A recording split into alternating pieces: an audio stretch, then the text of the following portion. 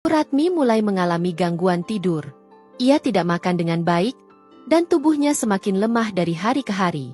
Suatu malam, saat hendak mengambil air sendiri karena tak ada yang membantu, tubuhnya roboh di dapur.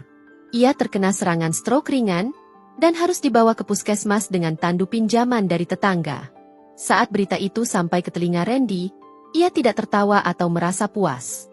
Ia justru mengutus salah satu tim medis dari Jakarta untuk memeriksa kondisi Bu Ratmi secara diam-diam. Ia tidak ingin disebut munafik, tapi juga tidak ingin membiarkan manusia lain menderita karena kesombongan masa lalu. Sementara itu, Erna berjuang sendiri merawat ibunya. Pak Harun, suaminya, telah meninggalkan rumah karena tak tahan dengan tekanan warga dan aib yang mencoreng nama keluarganya. Dan Hendra, suaminya, kabur entah kemana. Polisi sudah menyebarkan foto dan datanya sebagai buronan kasus penipuan dan penggelapan dana perusahaan. Di tengah kejatuhan itu, Erna mulai menyadari satu hal, bahwa ia telah salah memilih. Dulu ia menolak Randy karena hanya melihat kulit luarnya. Kini, Randy tidak hanya menjadi pria paling sukses di desa, tapi juga pria yang mampu berdiri paling tenang saat dihina. Sementara dirinya, yang dulu menyombongkan gelar dan gaya hidup, kini hidup dalam penyesalan dan kehancuran. Namun semuanya sudah terlambat. Randy tak pernah menoleh ke belakang. Ia sibuk mempersiapkan pernikahannya bersama Lucy, dan perlahan membangun rumah baru yang menjadi pusat perhatian seluruh desa. Rumah itu berdiri megah di lahan paling tinggi, dengan pagar kayu modern, taman yang luas, dan kolam renang di bagian belakang. Beberapa warga yang diundang untuk membantu proses pembangunan tak bisa berhenti berdecak kagum. Tak ada yang menyangka bahwa anak petani yang dulu pernah diusir dengan kata-kata hina, kini justru menjadi pemilik rumah terbesar di desa.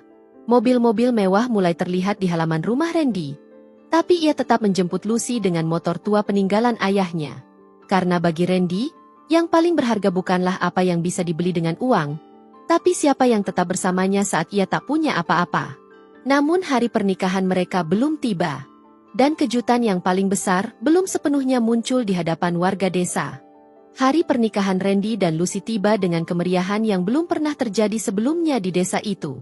Sejak pagi buta, jalan menuju rumah Pak Rukun dan rumah Pak Yanto dipenuhi kendaraan.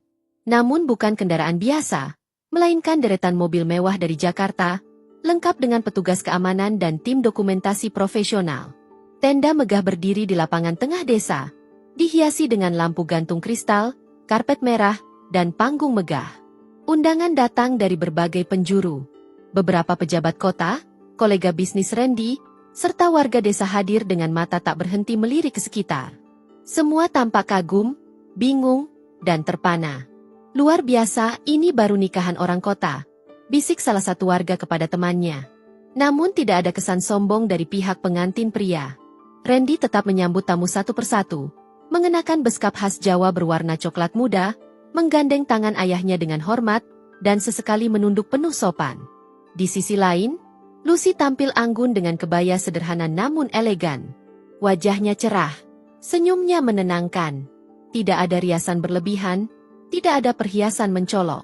Namun semua mata tertuju padanya, karena dari sorot mata Lucy, semua orang tahu bahwa ia adalah perempuan yang memenangkan hati Randy bukan karena emas atau berlian, tapi karena ketulusan yang tak bisa dibeli. Tiba-tiba, suasana menjadi hening saat salah satu pembawa acara mengumumkan bahwa pemilik Hotel Bintang 4, jaringan restoran, dan SPBU ternama di Jakarta kini sedang duduk di pelaminan. Beliau adalah putra asli desa ini, anak dari Pak Rukun dan Bu Rini, yang dulunya bertani di ladang belakang pasar. Ya, inilah dia, Bapak Randy Yusman.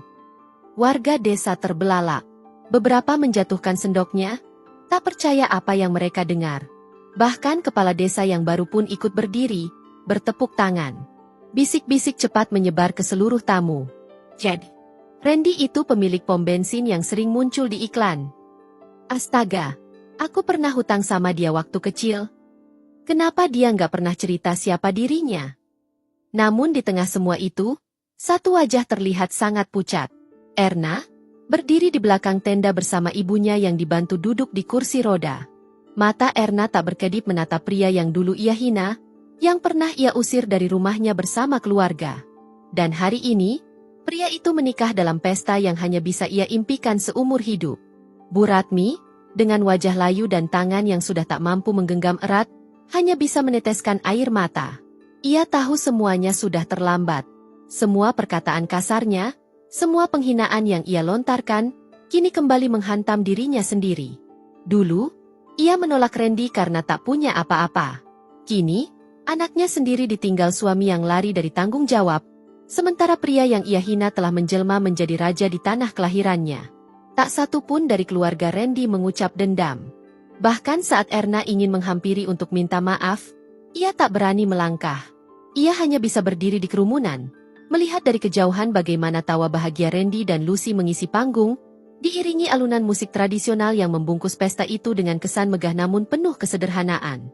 Randy lalu naik ke panggung, memegang mikrofon. Ia tidak memberi pidato panjang. Hanya satu kalimat yang ia ucapkan. Yang menerima kita saat kita tak punya apa-apa, merekalah yang pantas menemani kita saat kita punya segalanya. Tepuk tangan membahana. Banyak mata yang berkaca-kaca. Bukan hanya karena pesta pernikahan yang megah, tapi karena kisah di baliknya telah menyentuh hati banyak orang.